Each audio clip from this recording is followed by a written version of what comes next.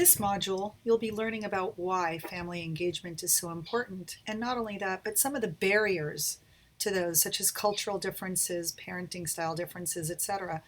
And I wanted to relate to you a very personal anecdote, a story about one of my children. So I have four children. They are all grown now. But my youngest was born dually exceptional, which means that he has a genius IQ and he also had level 2 autism, which made him a very messy bag of tricks.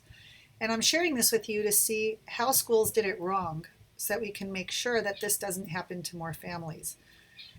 First of all, my son had math especially come very easily to him. And so the first phone call I got from his new school when he didn't need special ed anymore, I got a phone call, and this was probably October.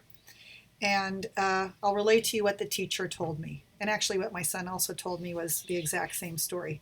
The teacher had given out math sheets, and he had finished the first worksheet and the second one, and then the third one she gave him before anybody had finished the first worksheet. So he hands in the third one, and she's about to give him a fourth one, and he said, "No." "What do you mean, no?" "No. I've already done three worksheets. Everybody's still working on their first one. I know this math. Just because you give me another worksheet isn't going to make me know it any better. I already know it. You're just trying to keep me busy." "Excuse me?" "Yeah, I'm not going to do it anymore. I'm bored." "Do you want me to call your mother?" "Actually, yes. My mother's a professor and she trains teachers. You could learn a thing or two." I get a phone call that my son is being disrespectful. Now, mind you, he has autism, which is a social disorder, which means that he doesn't read cues very well and he speaks his mind very matter-of-factly.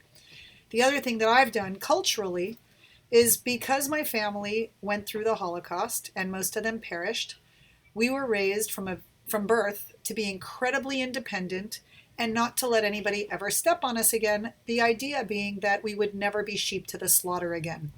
And so I've raised my children, whether I did it knowingly or unknowingly. That was simply how we were all raised and how we were raising our children. And so what this teacher perceived to be very bad disrespect to her was actually my son following through with the cultural norms that he'd been raised with, which was to assert himself when he feels that he's in the right. Fast forward now again, and mind you, he's my fourth child. For my first three children, I had been very actively engaged in this school. For free, I had done after-school enrichment classes, everything from woodworking to sushi making and cooking and robotics. I had been on the PTA. I had helped with some of their fundraising efforts, etc. One thing after another keeps happening with my son, even to the point where he is socked in the stomach by a teacher, and the school tells me that he needs therapy for this and that it was his fault. It is never a child's fault when a teacher socks them in the stomach, and actually it was just a war of words again, as this previous incident had been.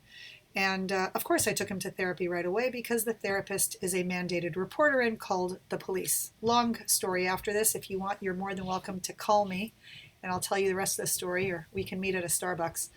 But the point is that I had been an engaged parent, and now through a series of unfortunate events, I disassociated from the school, and nobody reached out to see how they could help support me. "I have a child with special needs. Is there anything we can do to help you?" And instead, it's always my son's fault, and I'm not a good parent.